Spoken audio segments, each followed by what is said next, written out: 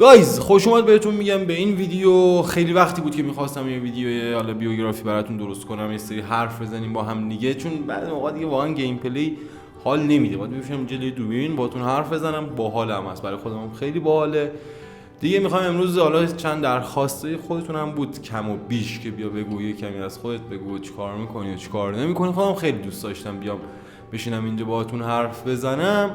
اول از همه قراره حالا من این سرفصل های ویدیو رو بهتون میگم، قراره خب یه بیوگرافی از خودم بدم، کیم و چیم و چیکار میکنم و کجام و از این حرفا.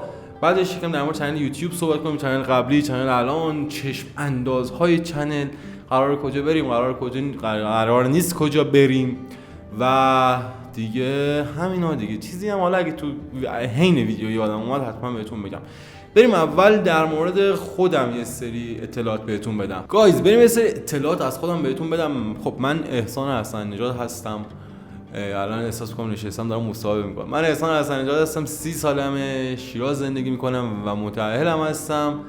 عرضم به حضور مبارک انبرتون این که شغلم بچه‌ها تو قبلا، یعنی من لعنتی توی این هیته حالا کامپیوتر خیلی شغلا رو تست کردم، از دیزاین و نمیدونم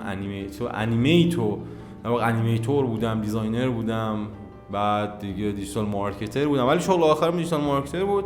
یه مدتی اولوش مثلا یک سال خورده اومدم سمت برنامه‌نویسی وب دیولپر در واقع شدم تا حالا الان که هستم هنوزم.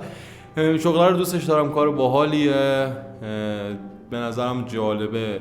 من خودم به شخص بیشتر از دیجیتال مارکتر دوستش دارم، هم ثبات شغلی بهتری داره، هم کار بهتری واسش هست.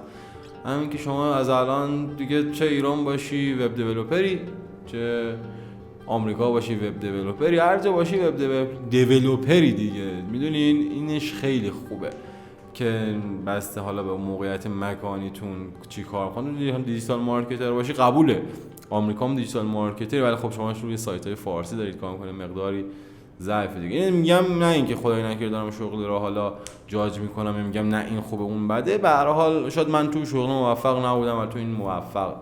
یه جوری بهتون میگم. کار دومی که دارم، خب در واقع کار دوم که یوتیوبه، چنل یوتیوب دارم و خیلی راضیم ازش، خوشحالم از داشتن چنل یوتیوب.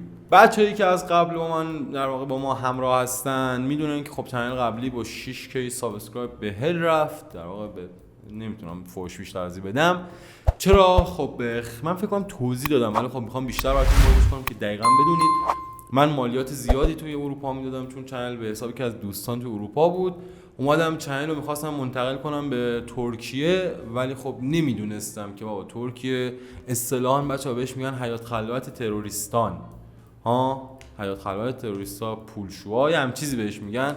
چرا؟ چون که خب مثل اینکه مراوده‌ای مالی توش خیلی آسون تره.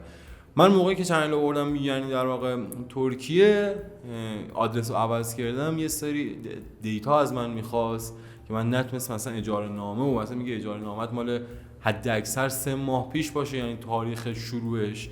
میدونی یه سری چیزا رو میخواست که خب من نداشتم، که روی یه فامیل حساب کرده بودم و اون بنده خدا هم یه جایی کشید زیرمون، گفت که نمیدم دیگه، بی خیال ما بشین اصلا.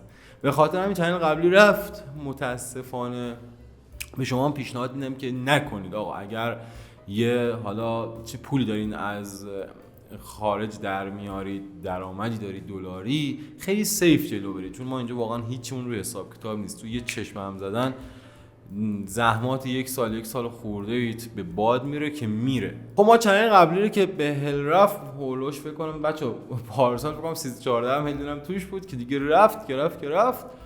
هنوزم امید دارم بهش، ولی خب خیلی کم. فقط این حالا بچه‌ای که این ویدیو رو تو الان دیدن یه نظرسنجی بکنم، به نظرتون چنل قبلی رو نگه دارم یا پرایویتش کنم که مثلا این چنل بیاد بالا؟ اینا بهم یه نظری بدید. حالا از هر کسی میپرسم میدونید یعنی نظرهای ضد نقیض داره که میگه بکن. ضد نقیض نمیشه گفت، همه یه جورایی هر کسی نسبت به حالا اون سلیقه خودش، افکار خودش نظر میده. فعلا نتونستم ازش تصمیم بگیرم. شما می کمک بهم بکنید. مثلا بعدی خب ما چنل دوم شروع کردیم، خوردیم به انقلاب زن زندگی آزادی، چند ماه فعالیت نکردیم. بعدش دیگه چنل یواش یواش شروع شد و این وسط یه اتفاقی برای من افتاد. خب من قبلش داشتم یعنی تصمیم گرفته بودم یوتیوب به عنوان شغل اول بهش نگاه کنم، ولی بعد از این اتفاق و حالا وضعیت اینترنت متوجه شدم که نه آقا این غیر ممکن نیست. ولی خب برای منی که 30 سالمه متأهلم و باید خرجی زندگی رو بدم همچی ریسکی نمیتونم بکنم، چون هر لحظه ممکنه شیر این اینترنت رو ببندن و به اون بگن که خب برین به سلامت. بعد من به قول دوستان علی میمونه حوزش دیگه.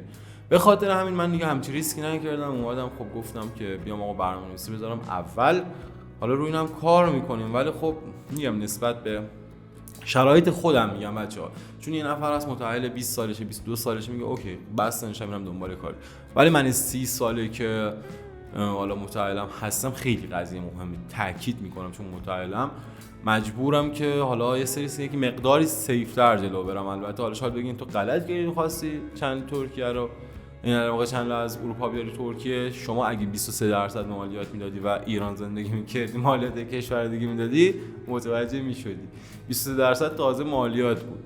بعد موقع میخواست نقدم بشه بیاد ایران بازم مالیات دیگه این زور داشت، میدونی یه کمی سخت بود.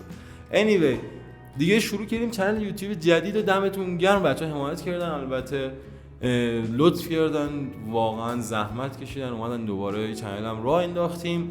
الان اگه میدونید میبینید شاید یه مقداری دیگه ویدیوهای جدید تو چنل نیست، شاید یه مقدار ویدیوها تکراری شده باشه.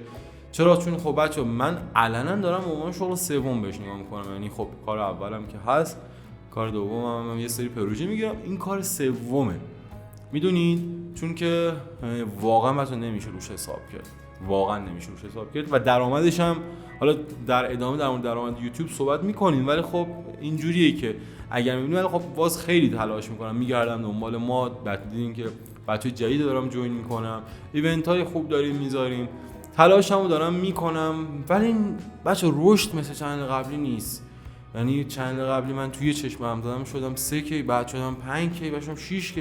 این چنل داره ازم انرژی زیادی میگیره، اصلا مثل چنل قبلی نیست. نمیدونم چرا اینجوری شده، دلیلش نمیدونم واقعا. شاید به خاطر اینکه من اون چنلم همینجوری فعالیت میکردم دیگه، شاید میگم. البته اون چنلم حتی قدیمی تر بود، اینم در نظر باید بگیرم. ولی خب نمیدونم چرا اینجوری شده. یه مقداری نگاه ناامید نیستم و ناراضی هستم، ولی ناامید نیستم، امیدوارم بهش. و همین دیگه، اینم مثلا یوتیوب بریم ادامه بحثمون رو ادامه بحث رو بدیم دیگه، اینجوری بهتون میگم. خب برای اونایی که الان اینجا هستن و میخوان درآمد دقیق بدونن، خب درآمد دقیق من نمیگم بهتون که، ولی خب فقط میخوام بهتون بگم بچا درآمد یوتیوب خیلی زیاد نیست، مخصوصا چنل نوپای مثل چنل من. تازه من چون بالا کانتنت تولید میکنم که مدت زمانی زیاده، خیلی درآمدم بهتره. ولی شاید باورتون نشه این درآمد چنل داره بخشی از اجاره خونه منو میده، اجاره خونه‌ای که خیلی زیاد نیستا. فکر نکنین رفتم حال بچه شیراز مثلا میدونن رفتم مالیات خونه اجاره کردم 20 میلیون، نه اصلا اینجوری نیست. یه درآمد اجاره معمولی داره، بخشی از حالا مثلا اون اجاره رو میده. خب خوبه برای من، باز خوبه. البته چجوری خوبه اینه که الان چیزی که شما اینجا میبینید من باش گیم پلی میگیرم چیزی هولوش 120 میلیونه. نمیدونم واقعا میصرفه 120 میلیون بدی و تازه گوشی هم حساب نکردم بدی و ماهی حالا اینقدر این تومن در بیاری، واقعا نمیدونم. من کار دوست دارم، همین که شما هستید و انرژی میدید و کامنت برام میذارید توی احسان دمت گرم و احسان فلان و احسان بیسار، همین دنیایی برای من ارزش داره. یعنی شما نمیدونید وقتی کامنت میذارید، من میام کامنت رو میخونم میبینم واو، مثلا بچه‌ها نمیدونم تشکر کردن، بچه‌ها دارن حال میکنن با ویدیو، چقدر خوشحال میشم. حالا یه سریام که میان انتقاد میکنم که انتقادشون روی چشم بنده جا داره و این انتقادات، این نظرانی که این چنل رو میسازه، این چنل رشد میده، و اگر اینکه من بشینم اینجا کانتنت تولید کنم شما بیاین بهبه و چهچه کنید و منم هیچ انتقادی نپذیرم، نه خب این درست نیست. بعضی از انتقادا خب آقا پذیرفته نمیشه. چرا؟ چون طرف میگه سلیقت بده. خب من سلیقه‌مو چیکار کنم؟ من سلیقه‌م اینه دیگه. میتونم مثلا به غیر از که برم بشینم ترمینال باروری یا مثلا جایی که ماشین سنگین رد میشه ماشینا نگاه کنم چی کاستوم میزنه، یا چه میدونم برم بشینم یه جایی همینجور دیزاین ماشین ببینم. خب باید این کارو بکنم تا دیگه بهتر بشه دیگه. سلیقه‌ن کارش متاسفانه نمیشه کرد. و مسئله بعدی که میخوام در موردش صحبت کنم، نمیدونم چیه، میرم نوتامو میخونم الان دوباره برمیگردم. یه بچه تجربه هم میخوام بهتون بدم، یعنی به عنوان برادر بزرگتر یا کوچیکتر نه برادر بزرگتر بهتون، سعی کنید از همین الان تصمیم بگیرید قراره چه کار کنید، قرار نیست چه کار کنید، وقت براش بذارید، تلاش براش بکنید، مثل من نباشید.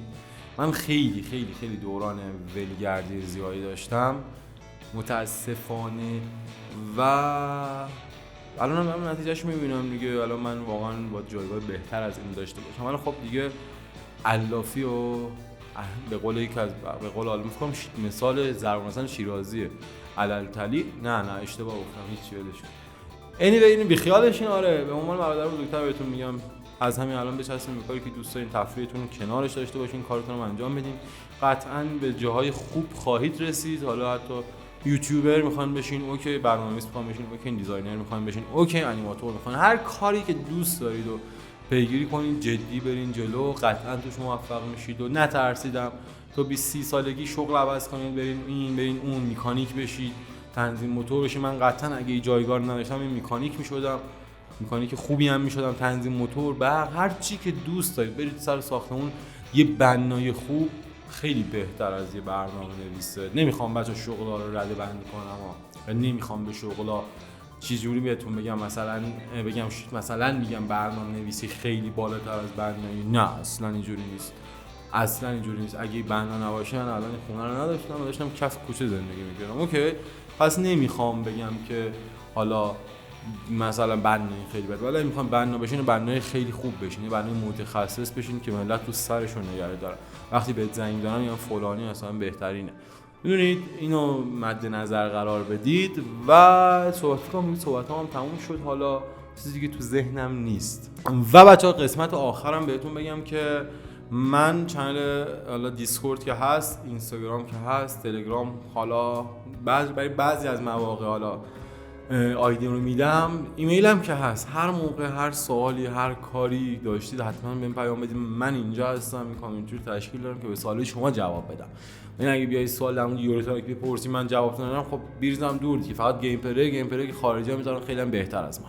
پس سوالی اگه دارید، واقعا گیر میکنید، مشکلی دارید، راهنمایی میخواین، حتما جواب خواهم داد، حتما. چرا که نه، خیلی هم خودم خوشحال میشم بتونم کمک کنم به بچه‌ها، به شما، به هر کسی. اصلا برام مهم نیست، کمک کردن حس خیلی خوبی داره و دمتونم گرم که باز این ویدیو رو دیدید. گایز دمتون گرم که تا آخر این ویدیو با من همراه بودید. امیدوارم لذت برده باشید از صحبت‌های من، شایدم لذت نبرده باشید. لایکو بکوبید، این دکمه سابسکرایب هم دیگه اصلا یادم رفته. اون موقع کلی میشنستیم تمرین میکردیم. لایکو بکوبید، دکمه سابسکرایب هم بزن. آقا لایکو بزن، دوست داشتی دکمه سابسکرایب هم بزن، کامنت هم برام بذار، نظرتون بگو چرا تو این کار کمک میکنه به رشد چنل من. و تو دیدار بعدی گیم پلی تو دیدار بعدی یا ویدیوی بعدی، حالا چه از جنس گیم پلی چه هر چیز دیگه، سی